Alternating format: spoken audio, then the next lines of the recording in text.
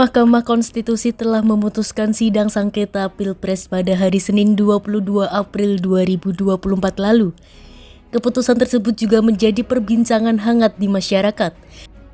Ketua Pimpinan Wilayah Muhammadiyah Jawa Tengah Tafsir ikut menyoroti hasil keputusan MK tersebut.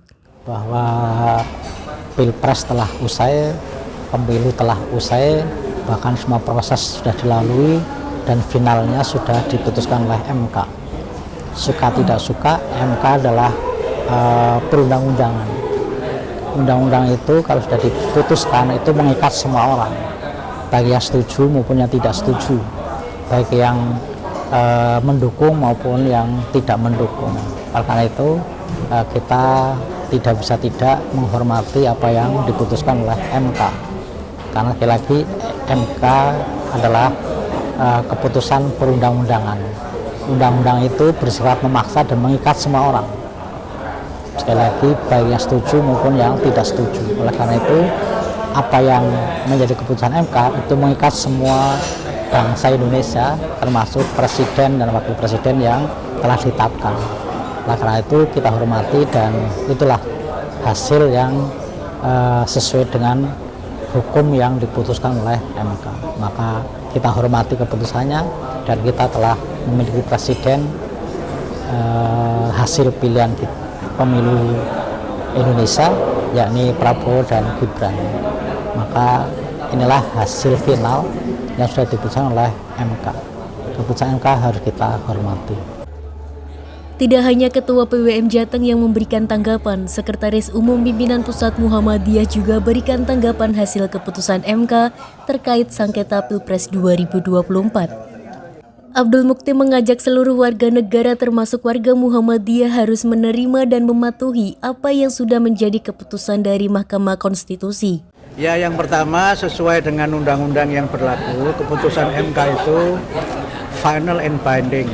Keputusannya itu paripurna dan mengikat, sehingga karena itu maka semua warga negara termasuk warga Muhammadiyah tentu harus menerima dan mematuhi apa yang menjadi keputusan dari Mahkamah Konstitusi itu.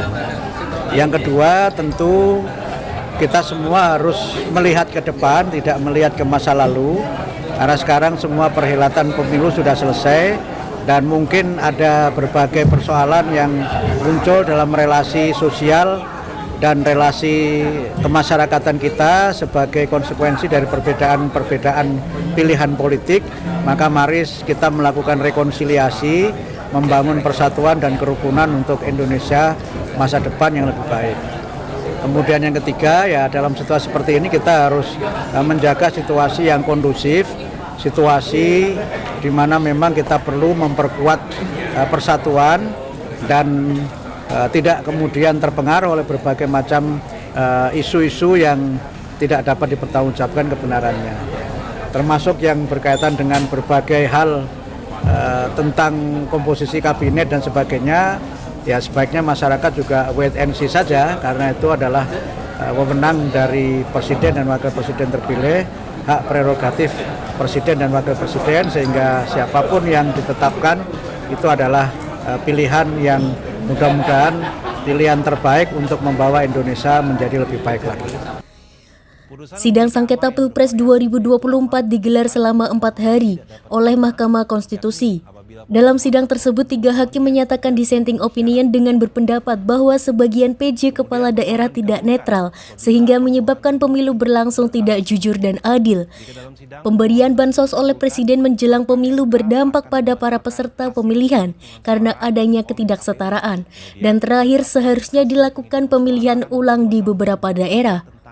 Sedangkan 5 hakim lainnya memutuskan bahwa MK menolak gugatan yang diajukan kubu Anies Baswedan Muhaimin Iskandar dan Ganjar Pranowo Mahfud MD. Gugatan tersebut ditolak karena dianggap tidak beralasan hukum. Devi Maharja memberitakan dari Semarang, Jawa Tengah.